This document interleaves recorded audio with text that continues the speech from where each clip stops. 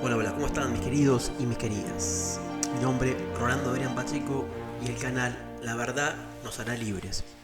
Hoy quería traerles un material que tiene que ver con lo que venimos investigando en videos anteriores sobre la sanción que sufrió, primero, bueno, la infracción propiamente dicha y la medida disciplinaria que va a tomar la Subsecretaría de Pesca con respecto al buque Tayam.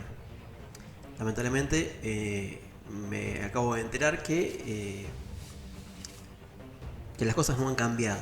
Siguen habiendo inconsistencias, sigue habiendo corrupción y todo eso en un gobierno que tiene más de 100 días, en donde el 56% de la gente que votó el cambio no estamos viendo resultados fácticos, y sobre todo en la pesca. ¿Sí? Sobre todo en la pesca hay bastante desazón, bastante falta de expectativas porque en primera instancia vemos inconsistencias y están reflejadas directamente con lo que pasó con el buque Tayam.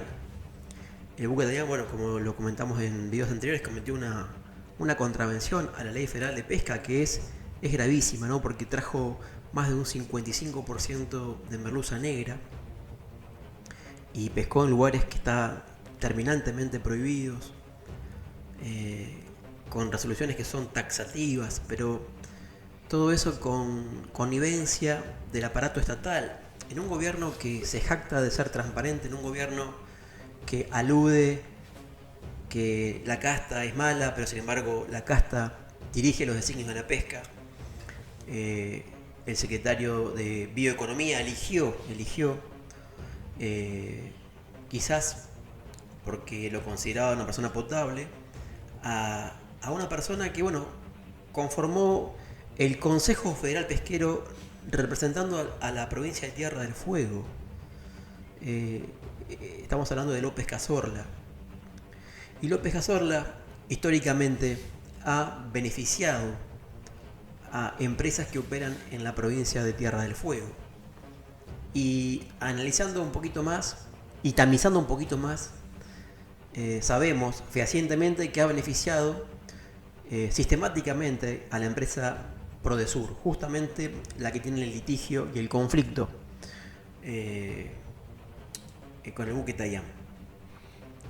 Este buque, como dije en la introducción, cometió contravenciones gravísimas, porque primero estuvo operando en zonas que están terminantemente prohibidas. Alude que estaba pescando otra especie y que le vino de manera incidental, pero le vino 179 toneladas de merluza negra, que es obvio que eso no te viene en un lance ni en dos. Estuvo muchos días operando en lugares prohibidos y trajo demasiado, sabiendo que el 1,5 es lo que se tiene en cuenta o se reconoce como pesca incidental. Trajo un 55% de juveniles, muchísimo, donde ni siquiera está cerca, por lo menos, de ese cerquita de 82 centímetros, que es lo mínimo para tener en cuenta que es un juvenil. El daño que se ha realizado no solamente tiene que ver con lo económico, estamos hablando de que hay un daño biológico, porque esas especies están protegidas, no solamente por la Ley Federal de Pesca, no solamente por la Ley 24.922, sino por organismos internacionales, porque es una especie que está en extinción. Somos realmente beneficiados por tenerlas dentro del mar argentino, allá al sur, en profundidades que oscilan entre los 400 y los miles de metros. Allí vive esta especie que está, como dije antes, está protegida, pero nosotros estamos ejerciendo un mal manejo del recurso, no por impericia, porque se está dando de manera clara la explicación que eso no es impericia, porque si volvemos a lo que les comenté en videos anteriores, esto comienza cuando se hace público el día 8 de marzo y ya el barco venía operando desde febrero. Desde más del 20 de febrero ya venía operando este barco y cometiendo irregularidades. Y toma conocimiento el director, toma conocimiento la máxima autoridad de pesca, que es Antonio López Cazorla, es decir, el subsecretario de Pesca. Y también toma conocimiento la Cancillería, porque Porque este es un barco que, si bien es de bandera nacional, es de capital extranjero, y su dueño, Liu, es chino, ¿sí? Es una empresa china. Y lamentablemente la Cancillería estaba representada, está representada obviamente, la máxima autoridad de la Cancillería es la canciller Mondino, ¿cierto? Pero aparentemente hay una designación que tiene que ver con la parte de la pesca en la Cancillería, que estaba a cargo de un tal Paulo Ferrara. Algunos dicen que es pariente de Diana Mondino, otros dicen que no, pero lo importante, más allá del nepotismo que pueda haber, supongamos que es una persona idónea y es pariente y ejerce bien el cargo, no habría ningún inconveniente, pero lamentablemente hemos notificado de que hay cosas que son inconsistentes, porque hemos descubierto que este personaje, este doctor, porque es doctor, es abogado y tiene un buen currículum, porque hizo un posgrado, se preparó, creo que estudió en Harvard, tiene bastantes posgrados, es una persona realmente idónea en materia legal, y en materia internacional conoce todos los rudimentos, ¿sí? Pero lamentablemente hay cosas que no cierran. Y no cierran porque si un buque de bandera nacional, pero de capital extranjero, está cometiendo una contravención a la Ley Federal de Pesca, ni más ni menos, lo primero que hay que hacer para seguir el protocolo es hacer que el barco vuelva a puerto. Es lo que proponía el exdirector Julián Suárez, pero no le dejaron que tome esa decisión y lo obligaron en cierta forma a que deje que el barco siga operando. Por eso, después del 8 de marzo, el barco siguió operando hasta que atracó en el puerto de Ushuaia el 20 de marzo. Y esto con la vehemencia, obviamente, de la autoridad máxima, que es el subsecretario de Pesca. Después que llega a puerto, ahí el subsecretario se ve obligado a viajar, porque esto tomó connotación pública, porque salió en varios medios, algunos medios seculares lo hablaron, como lo dije en los videos anteriores, de manera superficial, como fue en el caso de TN. La Nación Más, obviamente, ni lo tocó casi el tema, muy por arriba. C5N también, muy por arriba, pero por ahí TN y Canal 13 ahondaron un poquito más en el tema, pero los que hicieron más hincapié sobre la relevancia de la noticia fue obviamente los medios digitales, como la revista Puerto, Deproa.com y Pescare. Son los medios digitales que obviamente hablaron con respecto a lo que había acontecido con este barco. Pero hay cabos que quedan sueltos y hay inconsistencias, pero primero era eso, primero eran cabos sueltos, ahora ya es una certeza de que realmente hay impunidad, de que realmente hay un desmanejo y que realmente hay corrupción. ¿Y por qué lo digo? Lo digo porque siguiendo el trayecto de la situación, que toma connotación el director, dice que el barco debería volver, pero no lo deja. Después de eso, el director tiene que renuncia porque no está de acuerdo con el protocolo que se había llevado a cabo. Y como ya había renunciado antes, esta es la segunda vez. Y entonces ya se considera que es una renuncia indeclinable. Así fue, dejando su cargo. Hasta el día de hoy ese cargo no está ocupado por nadie. Y después el subsecretario de pesca, va a la provincia de Tierra del Fuego, y él es testigo ocular de lo que había acontecido, porque tiene contacto por medio él armó un grupo seguramente de inspectores embarcados para que vayan a hacer un cubicaje, para que vayan a revisar la carga junto con observadores, armó como una comisión seguramente. Y así fueron y habían observadores, vedores, y pudieron darse cuenta realmente de que lo que había pasado era una falta muy grave, porque inclusive las tallas que son juveniles ni siquiera estaban cerca, como les dije, de los 82 centímetros. Más o menos eran tronquitos que tenían una longitud aproximada de entre un 25 y un 45%, 25 y 45 centímetros, que aplicando el factor de conversión para saber más o menos cómo sería el entero, teniendo en cuenta que se dice que es más o menos ese tronco representa entre el 52 y el 53% de lo que es un entero. Se usa un factor de conversión para llegar al entero, para saber más o menos cómo sería el entero.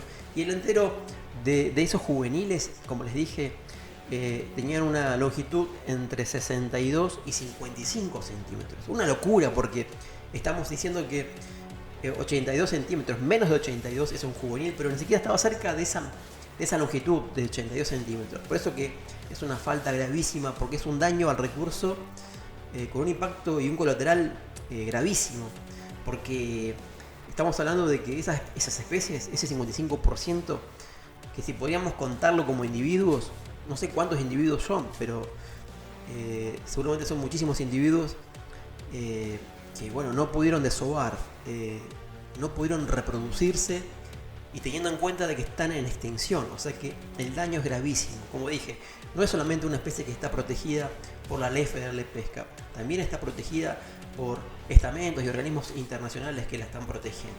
Entonces es una falta de prolijidad, es una falta de ética, y que no se hayan tomado las medidas correspondientes en tiempo y forma son las que llevaron a ese resultado. Pero después de haber visto ese resultado, ahora vamos a ver qué pasó. De ahí es donde yo saco mi resolución, y donde realmente hay una decepción gravísima, grandísima. Hay una decepción grandísima porque teniendo la posibilidad histórica de haber sancionado a ese barco con una medida ejemplificadora, no se hizo, porque si bien se decía que iba a haber una infracción de 350.000 UP, que dijimos que la unidad UP es una unidad de pesca que tiene que ver con el valor del gasoil de grado 2, el litro de gasoil grado 2. Estamos hablando más o menos entre 950 pesos, que es lo que vale el gasoil grado 2, y habría que multiplicarlo por 350.000 UP, más o menos estamos hablando de unos 330.000 dólares, ¿sí? Multiplíquenlo por lo que vale el dólar, 1000, estamos hablando más o menos 350 millones de pesos. 350 millones de pesos. Pero la sanción que va a tener que pagar esta empresa, Prodesur, bueno, que dijimos que el dueño es un chino, ¿sí? Se llama Liu Xiyan. Liu Xiyan va a tener que pagar algo muy irrelevante realmente. Una cifra irrisoria que, como se allanó en tiempo y forma, se la redujeron al 50% y va a pagar 50 millones de pesos. 50 millones de pesos, cuando dijimos que iba a ser más o menos entre 330 millones de pesos. Y no solamente eso, tenía que quedarse más o menos 44 días en puerto y se va a quedar 22 días. Entonces, acá hay cosas que no me cierran. Acá hay cosas que no me cierran. No me cierra primero que el paradigma de esta nueva gestión, donde nosotros que somos libertarios estamos en contra del comunismo, y Javier Milei claramente había dicho que con los países comunistas nada, con los países socialistas nada. O sea, sí podían ejercer el libre mercado entre oferta y demanda, pero entre privados, donde intervenía el Estado de manera explícita y taxativa no iba a tener ninguna relación. Pero, ¿qué pasó con ese postulado en la gestión que ejerció la Cancillería, dirigida por Diana Mondino y por su sobrino Pablo Ferrara? Porque Pablo Ferrara permitió que ese barco siga operando, que siga haciendo daño a esa especie que está protegida. Pero el problema no queda solamente ahí, trasciende porque se va del juego Julián Suárez, no quiere participar de eso, pero sigue en el juego la máxima autoridad de pesca, que es el que toma todas las decisiones y el que después tiene que determinar el valor de la sanción de manera remunerativa, lo que va a tener que pagar. Y aparentemente le condonó el 50% porque se allanó, pero te voy a pagar 330 millones, va a pagar 56. Y no queda todo ahí, porque la mercadería que pescó esas 179 toneladas, que representan más o menos a lo que vale la tonelada, que son $25.000, más o menos estamos hablando de $4 millones que tiene en su bodega, que tenía en su bodega de merluza negra. La resolución dice claramente que hay que decomisarla, que no se puede vender. Pero sin embargo, el subsecretario de Pesca, Antonio López Cazorla, permitió que ese barco, que esta empresa china, pueda vender el producto de manera interna o externa. Entonces, no solamente que le condona la deuda a una cifra irrisoria como 56 millones de pesos, que es una ganga, sino que también le deja vender el producto del delito, básicamente, que lo pueda usufructuar en el mercado exterior al valor que vale, que estamos hablando de $4 millones. ¿Ustedes están tomando dimensión de lo que está pasando? Entonces, haciendo un análisis y mirándolo en perspectiva, realmente me siento totalmente decepcionado.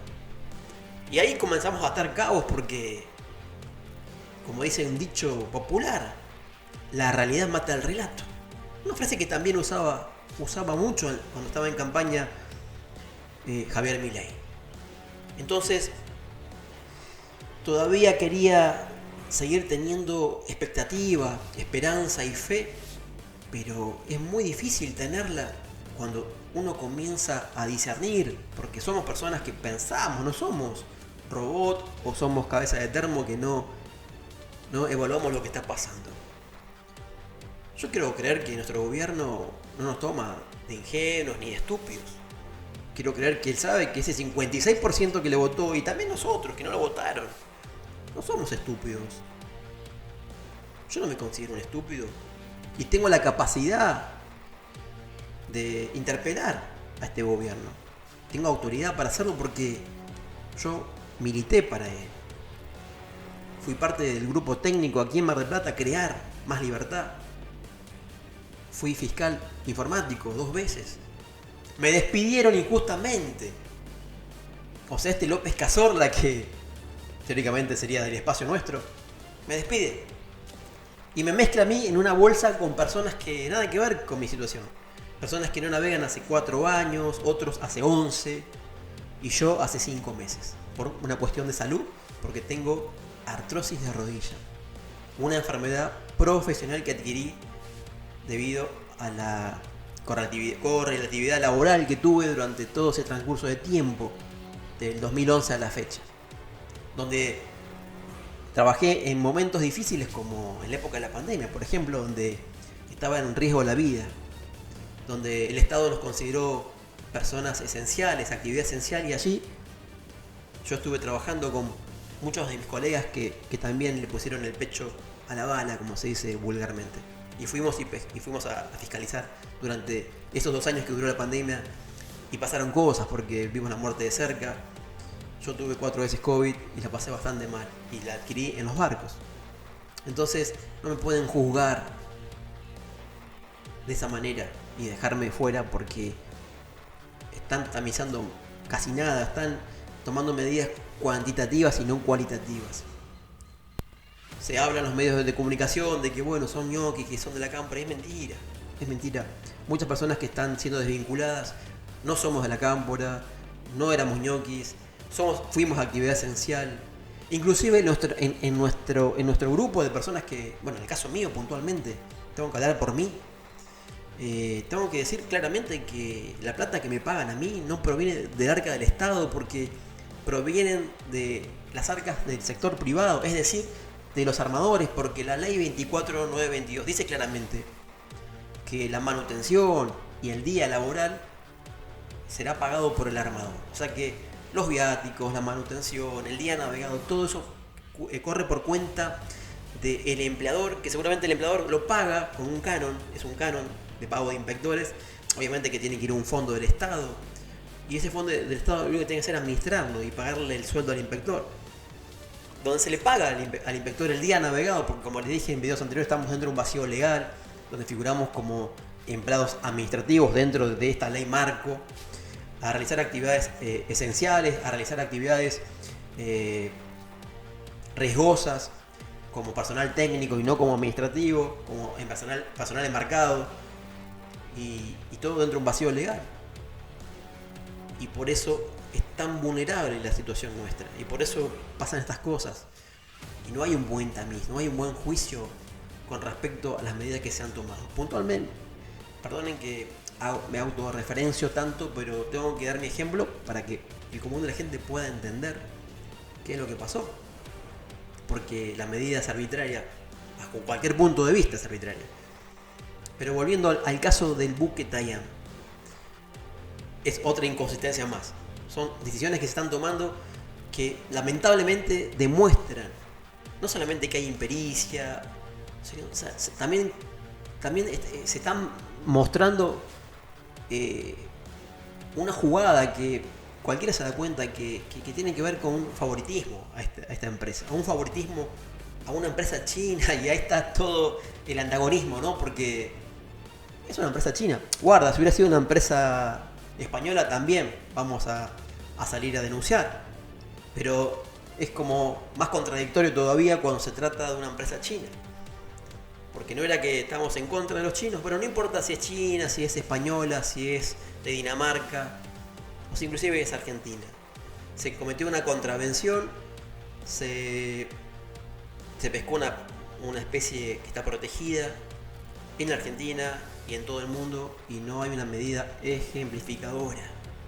Porque 56 millones de pesos para esa empresa es un chiste, básicamente. Y encima dándole la posibilidad de vender lo que pescaron de manera ilegal, que son casi entre 4 millones y medio de dólares. O sea, 2 más 2 es 4, muchachos. López Cazorla, aparte de haber sido corrupto cuando era representante en el Consejo Federal Pesquero por la provincia de Tierra del Fuego, sigue teniendo el tupé de manejarse con impunidad ahora, que es subsecretario de Pesca, y en un gobierno que no es el kirchnerista, pero se viene manejando como si estuviéramos en el gobierno anterior. Entonces, la pregunta que me tengo que hacer es, ¿cambiaron las cosas o sigue siendo todo igual? Es todo un packaging, es todo un relato, es todo demagogia, porque a las pruebas me remito de que en pesca todo sigue siendo igual, inclusive peor, porque en el contexto que estamos, donde escasea la posibilidad de que la gente pueda comprar ahora para Semana Santa pescado, por ejemplo, porque se ha licuado el salario, porque la gente pasó de clase media a ser pobre de manera inmediata. Hay una licuación del salario abismal. Y ya estamos aguantando todo esto hace más de 100 días, pero ya lo venimos soportando del gobierno anterior, porque la inflación viene del gobierno anterior también. Entonces, nuestra paciencia se va agotando. Y uno que es sensato, que tiene razonamiento, llega a tomar conclusiones que quizás al gobierno no le va a gustar, porque vamos a pensar ya que son más de lo mismo, que es todo relato, que es todo demagogia, pero que es todo igual, porque la realidad es lo que prevalece y nos está mostrando fácticamente que las cosas no están cambiando. No están cambiando porque la corrupción está allí. Este López Cazorla, que fue designado por Fernando Vilela, era casta y sigue siendo casta y sigue tomando decisiones que son corruptas, espurias, poco razonables dentro de la ley, poco justas, como dije. Esa falta de justicia deja de manera implícita una respuesta que lamentablemente todos sabemos qué pasa, ¿no? Hay plata por debajo del escritorio porque casi 5 millones de dólares a una multa de 56 millones de pesos. Muy poca medida ejemplificadora. Y además, debe de quedarse 44 días en muelle, como dice la ley, y se va a quedar 22 días. O sea, nada. No, no hay ningún correctivo para este chinito que hizo lo que quiso y nos tomó a todos los argentinos de estúpidos, básicamente. Entonces, estas cosas van capitalizando la erosión que nos viene puliendo el alma, porque no nos alcanza para vivir. La gente de bien, porque me parece que, no sé para el gobierno quiénes son las personas de bien, pero las personas de bien somos los que trabajamos, la clase media, que no salimos a robar, que no cometemos hechos de corrupción. Y después tenés por otro lado el sector corporocrático, las grandes empresas que muchas de ellas se han enriquecido con el Estado e inclusive son empresas prebendarias, como a Javier Milei le gusta decir. Son empresas prebendarias que han hecho lobby con el Estado y se han retroalimentado mutuamente, sector privado con el Estado y viceversa. Hoy muchos de ellos, sinceramente, están bien, pero la clase social, las personas de bien, como también le gustaba decir a nuestro querido presidente Javier Milei, la estamos pasando para el ojete, hablando mal y pronto. Perdón por la palabra, porque la estamos pasando mal. Estamos pasando muy mal, amigo. No alcanza el dinero. No alcanza. No alcanza y no alcanza y no alcanza y cada vez peor y cada vez peor. Y sumémosle a gente que fue despedida, como en el caso mío. Porque a veces los medios mienten. Los medios de comunicación mienten porque dicen, sí, son de la cámpora, son esto. Mentira. Muy poquitos son de la cámpora. Muy poquitos. Muchos son trabajadores de hace 15, 20 años que no tienen nada que ver con una ideología política ni partidaria. Simplemente son trabajadores que hoy mañana o hoy ya mismo están despedidos y atrás de ellos hay una familia que tienen que mantener. Y veo que los medios hablan de números cuando estamos hablando de familias, personas que tienen nombre y apellido, hijos que van a la escuela, personas que van a quedar excluidas de una obra social, excluidas de aportes jubilatorios, excluidas de todo, porque quedan excluidas y además, ¿quién las va a incluir en algo? Porque también hay despidos en el sector privado, no hay trabajo para nadie. Yo vengo haciendo Cabify y Uber y hasta eso también escasea porque hay mucha demanda y poca oferta. Cada vez más personas se inclinan a ser de chofer de Uber y Cabify porque se han quedado sin trabajo también en el sector privado, también en el sector público. ¿Qué vamos a hacer? ¿Todo Uber y Cabify? ¿Y vamos a hacer un curso de barberos? O sea, no se evaluó el daño colateral de las medidas que está tomando. Porque todo no es número. La economía no es solamente una ciencia fría, es una ciencia social también. La economía es una ciencia social también. Donde hay que evaluar el impacto que tiene en el individuo, porque más allá de entender que es una ciencia que estudia la distribución de las riquezas, de bienes y servicios, y estudia el concepto de escasez, también el ser humano es la figura vital en todo ese proceso. Además, una de las columnas vertebrales de la economía es el individuo como productor, pero a su vez también como un ser que consume y origina la rueda de la producción y del consumo, que son columnas fundamentales de la economía. Nosotros ya no podemos consumir nada, así que es una recesión y bueno, una estanflación terrible porque no hay consumo. Entonces, la pregunta que me hago y me interpelo es ¿hasta cuándo vamos a aguantar todo esto? ¿Hasta cuándo? ¿Cuánto más se puede seguir exprimiendo a una persona y poder darle una explicación tan básica de que es para bien, pero 90 días, 100 días y todavía no vemos los cambios y vemos estas inconsistencias que estamos viendo ahora, donde existen beneficios y privilegios y hechos de corrupción para el sector que representa a la casta. Entonces, la casta sigue mandando hoy. Porque dentro de la esfera de la pesca veo López Cazorla, que designó a gente del CIMAPE, que es un sindicato que históricamente ha hecho lobby con las empresas locales. Y aparte son de ideologías políticas antagónicas a las ideas de la libertad.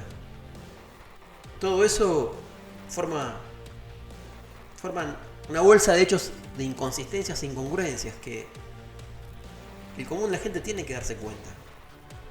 ¿Cómo le explicamos a la gente que en este gobierno y ahora se están poniendo a personas que son de la vieja escuela, a personas que representan intereses de la vieja política, que están empapados de hechos de corrupción, que están empapados de hechos delictivos como el operativo Langostino Blanco, tráfico de cocaína, ni más ni menos, ahora donde se está luchando en Rosario contra el narcotráfico y estos narcotraficantes están poniendo en vilo a la seguridad jurídica, a la seguridad y a la libertad de cada individuo que habita esa ciudad tan hermosa como es Rosario. Entonces, hay incongruencias por todos lados.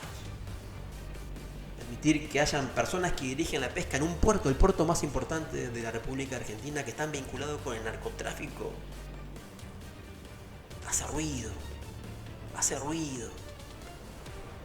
El ruido no me deja escuchar bien porque más se escucha el ruido que las palabras.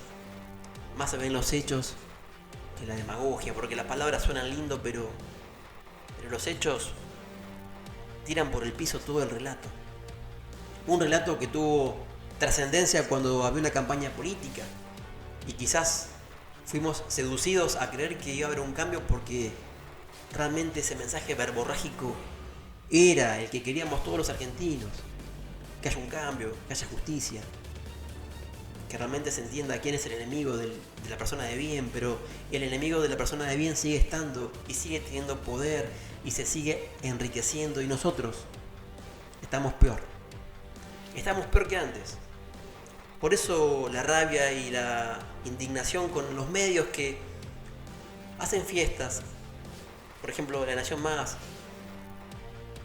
están de fiesta y se ríen de la gente que se queda sin trabajo, y inclusive personajes como Trebuch, el pelado Trebuch, que lo tenía como un ejemplo realmente.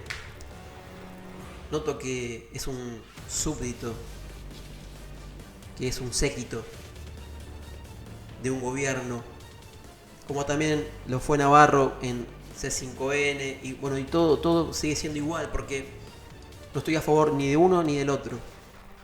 El periodismo está para informar, no para desinformar, y está para que saque a luz la verdad, y sin embargo estos pseudo periodistas, que en realidad lo que hacen es simplemente empoderar las banderas de un sector de la política, pero no del común de la gente, no del ciudadano que hoy un jubilado no tiene para vivir, para comer. Y cuando Trebuch se hizo famoso, cuando estaba el gobierno anterior, se sensibilizaba, hasta por poco lloraba cuando él se enteraba que un jubilado la pasaba mal, o cuando él veía, porque salía como reportero y filmaba a la gente que dormía en la calle, se sensibilizaba. Inclusive 2 meses antes de que termine la campaña presidencial, se dedicó exclusivamente a salir a las calles a entrevistar a la gente que comía de la basura y que se dedicaba a cartonear y mostraba un perfil de empatía con esa gente. Ahora me pregunto, ¿qué pasó con su empatía ahora? Porque ya llevamos más de 100 días de este gobierno y esa problemática que a él le causaba tanto asco y tanta indignación se multiplicó por 3 y por 4. ¿Qué pasa con esa empatía? ¿La perdió?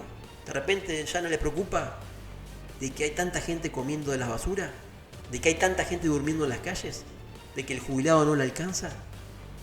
Entonces, la decepción es grande. Es grande porque nos mintieron. Es una estafa. Es una estafa haber creído que estas cosas iban a cambiar. Porque eso no está pasando. Al contrario, se está, como dije antes, se está multiplicando, triplicando. Y como dije yo no me caso con nadie. Yo no soy fanático de ningún partido político. No soy fanático ni siquiera de un partido de fútbol. Soy una persona que sigo ideales. Soy pragmático. Yo lo que quería era simplemente que las cosas se hagan bien. Que se pueda aplicar la Constitución. Que se pueda aplicar la ley penal, la ley civil, premios y castigos. Pero siempre el que sufre es el clase media, el trabajador. Hoy el trabajador es pobre. El trabajador es pobre, gana entre 300 y 600 dólares. Y encima cada vez en menos laburo. Entonces, ¿cómo quiere el gobierno que nosotros sigamos aplaudiendo todas estas inconsistencias? Porque aparte de ver y vivir la escasez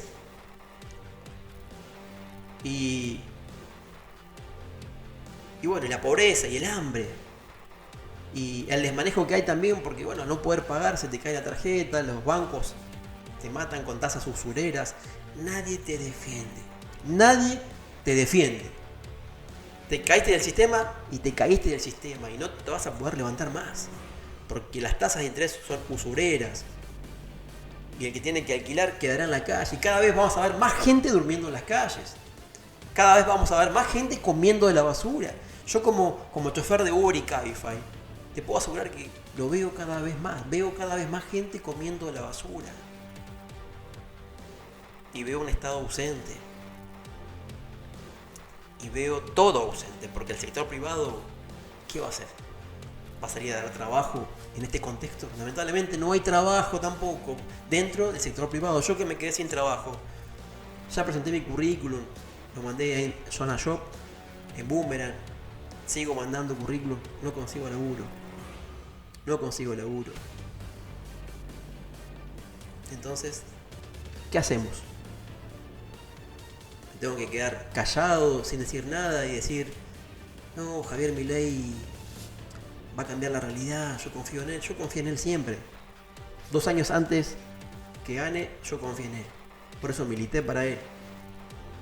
Pero soy una persona que tiene razonabilidad también. No es todo sentimiento y pasión, también hay razonabilidad.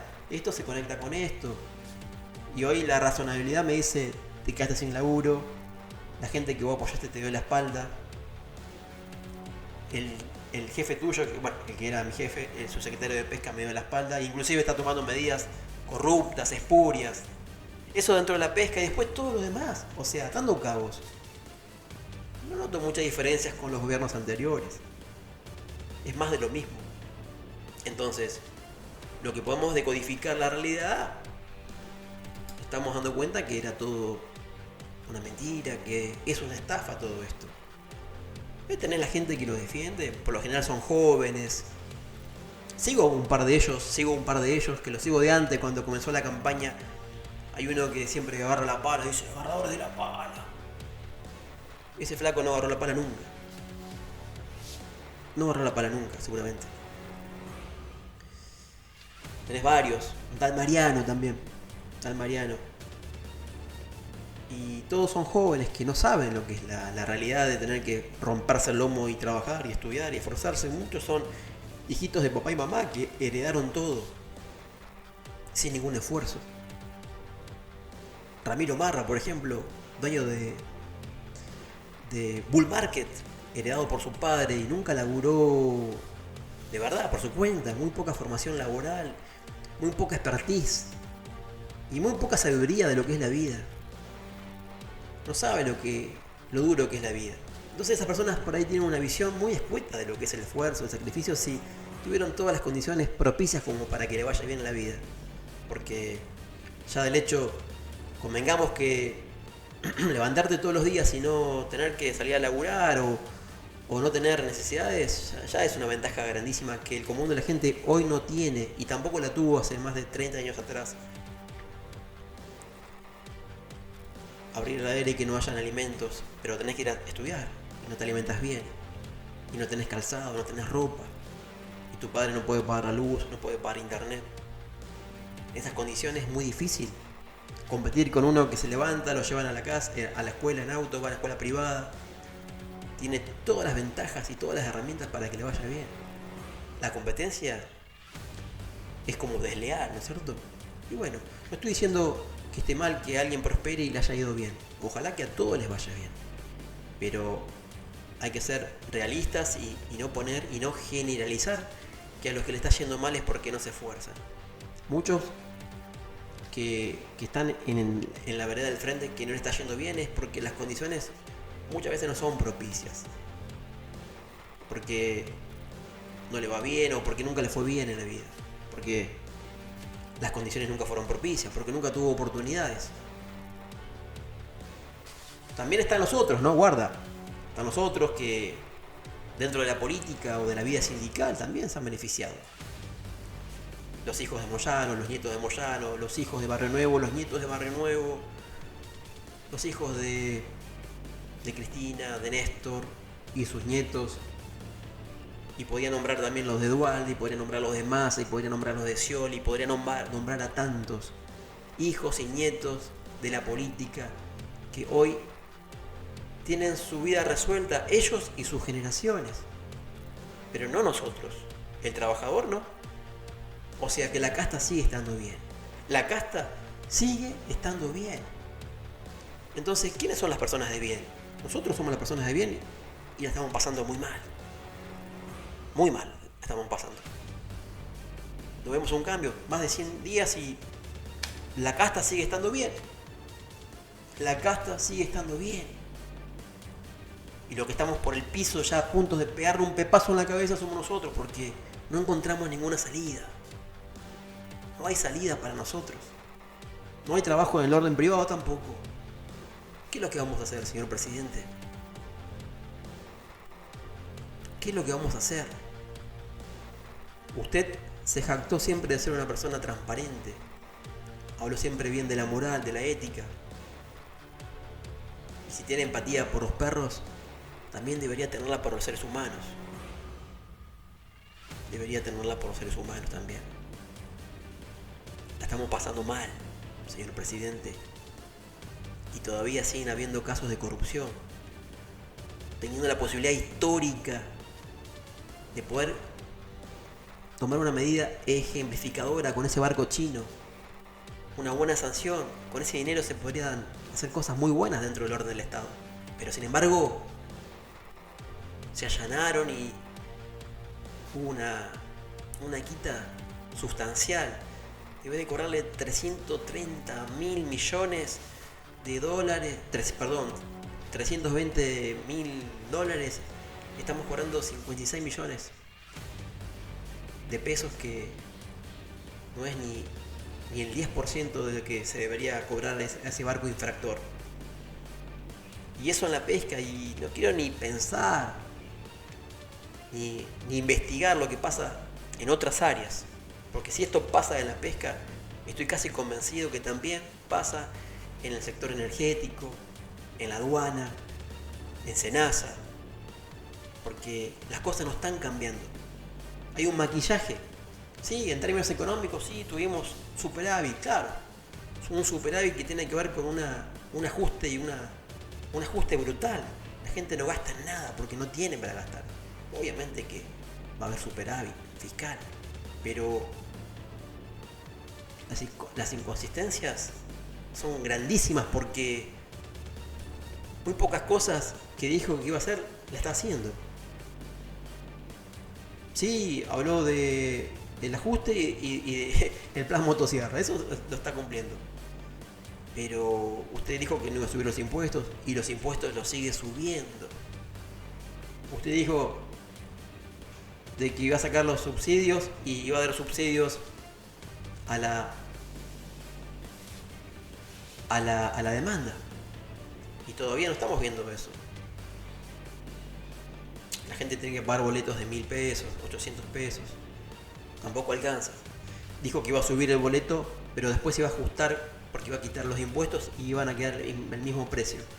Eso cuando costaban 200 pesos. Todavía no hay boletos de 200 pesos. Entonces son muchas inconsistencias. Eso por un lado. Los impuestos por el otro lado lo están matando con los impuestos. El impuesto a las ganancias, que usted lo votó para que se quite, ahora usted lo vuelve a incorporar. La gente que gana 1 millón, que tampoco no es una fortuna, porque estamos diciendo que para no ser pobre tenés que ganar más de 650.000 pesos. Es decir, que el que gana 1 millón tampoco tira manteca al techo. Y se le va a cobrar impuesto a las ganancias. O sea, tantas inconsistencias, señor Javier Milei, señor presidente, que las personas que razonamos, que tenemos sentimientos y tenemos también pasión, pero la razonabilidad nos dice que hay incongruencias, que hay inconsistencias y que o nos toman de boludos o algo está pasando, porque no podemos seguir así. No podemos seguir aguantando la corrupción todavía. Y lamentablemente la seguimos viendo. En la pesca por lo menos es lo que estoy viendo. Las cosas no han cambiado. Siguen estando los mismos artífices del fracaso. Los que están dentro del Consejo Federal Pesquero siguen haciendo plata. Se van de la Subsecretaría de Pesca y se van a esconder al Consejo Federal Pesquero. Como es el caso de Carlos Lieberman.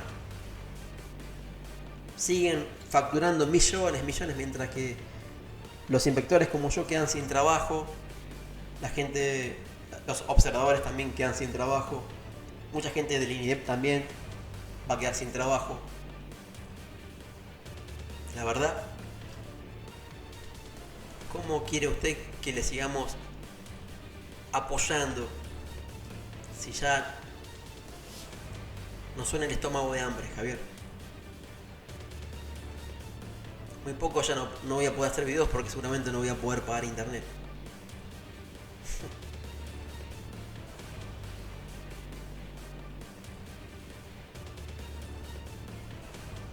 Qué decepción, Javier. Qué decepción. Espero que pueda corregir todo lo que está pasando. Porque las personas de bien no aguantamos más.